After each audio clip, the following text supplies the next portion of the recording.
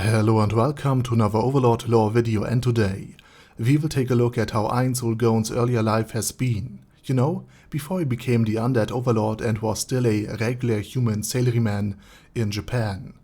But before we do so, let me thank my Patreons for supporting this channel. And the first thing we need to understand about Ainz Ooal Gown, or rather Satoru Suzuki, is that he lives not in our own timeline, but in the far future. And he was transported to the New World in the year of 2138.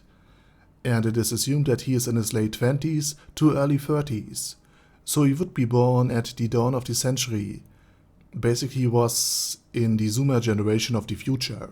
And his life was unpleasant to say the absolute least, because between our own timeline of today and the future of Overlord, things went from bad to nearly the absolute worst. For once, gone is the whole ecosphere of the planet.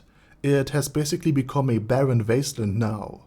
Though if you wished for a nuclear winter, better be careful, because atomic warfare has happened in the past, especially during the Arcology War in Europe, and the radioactive fallout is still in the atmosphere, alongside with tons upon tons of radioactive dust nowadays blocking the sun. The soil is downright inhospitable and toxic to plant and animal life forms alike, meaning nothing grows outside. On a similar note, the oceans have also lost all ability to host any life, maybe with the exception of some deep-sea thermal vents, keeping what little natural life is still left on Earth from being wiped out completely. Which also leads to the question where all of the food comes from. Well, it grows in the aforementioned archaeologies. Domed buildings with artificial sunlight and clean soil, able to host plant life. But while the wealthiest of people are maybe actually able to afford food that is made up of fruits, natural grain or rice, most people are just fed food syrup that tastes disgusting. And since artificial aromatic substances are in part created from fungi, the situation is bad enough. At least bad enough that even the cheap artificial stuff that we nowadays enjoy in our highly processed food today is way too expensive to be added to the normal food for normal people in this world. Last but not least, the atmosphere itself is so rife with pollution that the rain itself is oily. The unfiltered air is downright deadly for anyone without gas masks. So air purification systems and air purification vents are a necessity in any home. And even with gas masks equipped, the lungs are expected to fail in one's 30s to 40s.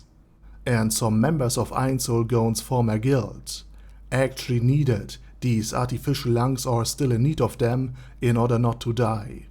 Also, all of these states are just puppets controlled by mega corporations. And with that said, let's talk about Ainz Ooal Gown's earlier life, of which not much is known about, except that he could afford higher education, which in this world translated to primary school, and that his mother died from working herself to death. And Ainz was the one who actually found her. And she probably died due to her efforts of affording him the education he needed to become a salaryman. And while Ainz worked long and tedious hours, he received at least enough money to keep an ample balance in his bank account, despite dumping like a third of his salary into the game world of Yggdrasil every single month.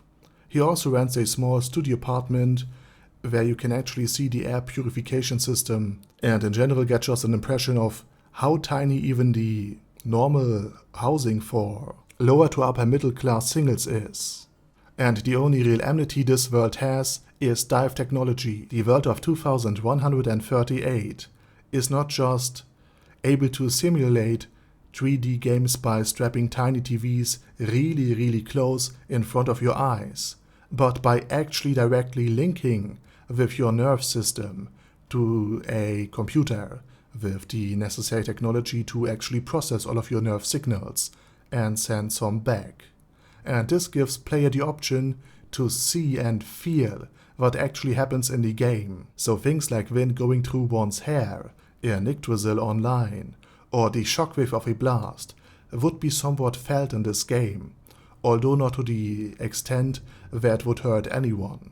But this is not a full simulation. For example, smell couldn't be simulated, presumably because the interface enters the body at the neck, while the cranial nerve responsible for transmitting smell signals to our brain is differently routed, and without a hardware connection wired directly to the cranial nerve for smell, the software can't emulate any smells. It also has to be mentioned that the whole internet is basically government controlled and monitored, and by government controlled I mean some mega corporations are in charge of it and surveil every single minute detail what users do in it. And this will probably work the same way the German internet will soon be monitored in the upcoming months or years, by linking an ID to every operating system that then only will allow a certain government-approved whitelist of websites to even reach the user. Everything else that isn't deemed safe by the government will be blocked. And of course, all and any websites are deemed unsafe by the government by default, unless you offer a way to verify who is trying to access it.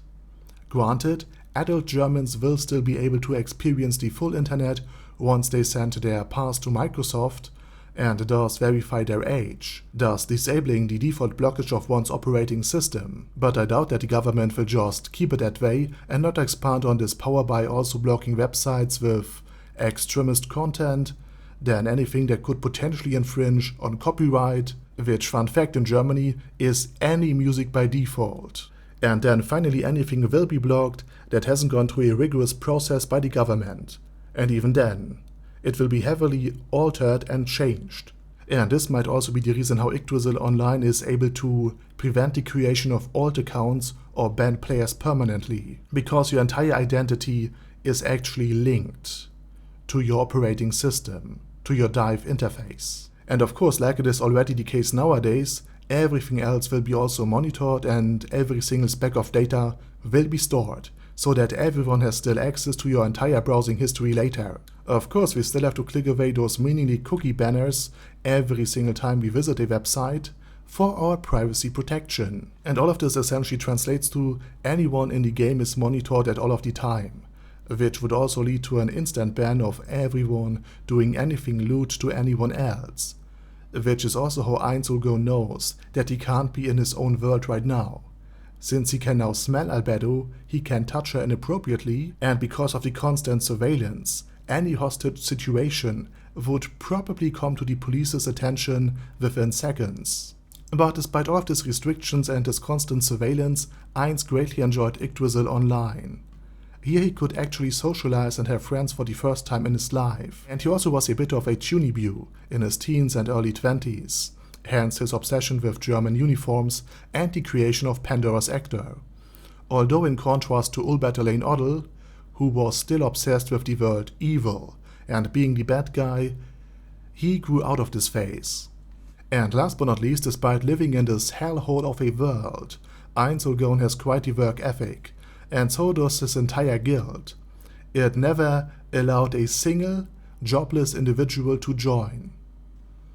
One could say it has no need for needs.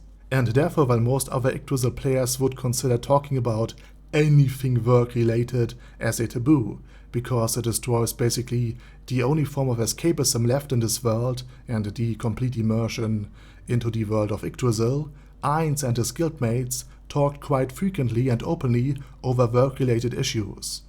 For example, during the last time Hiro visited, he was sleep-deprived because of work, he gained weight because of work, and he had to take many different medications just to function at work. And Ainz Ooal Gown's life wasn't really any better. Granted, he was a salaryman and he had contact with clients a lot, but bosses interfered, regulations still had to be followed meticulously, and in general it was a pretty thankless occupation. So in other words, Ainz's former life was filled with misery and soul-crushing work, all while his body slowly deteriorated due to the toxic air around him. And with that said, I say thank you very much for watching, and special thanks to Bad Guy Yi, Ben C, Chrissy, Sia, Death is Mercy, Dystopia the Second, Feral Shivan, Guy with That Head, Hector Marino, Hoss, Huster, Jacob G, Jana B, Jason, Kratos, Chromius, Legendarius, Lelouch v Britannia with a mustache, Lexus Fox, Lord Nishikian Rai, Lord Touch Me, Mr. Shoes, Michael R, Michael Y, O'Kill, Paddy Panton, Primus 11, Shadow Lightning Wolf, Shrine Keeper, Texas Deer, the Orc Warboss Rocket Smasher, T.E. Wang, Vash Hawkeye, Venture Fanatic, Wilhelm, and Sonnegon. Thanks guys. Anyway, have a nice day, and I hope to see you all again soon on my next video. Over and out.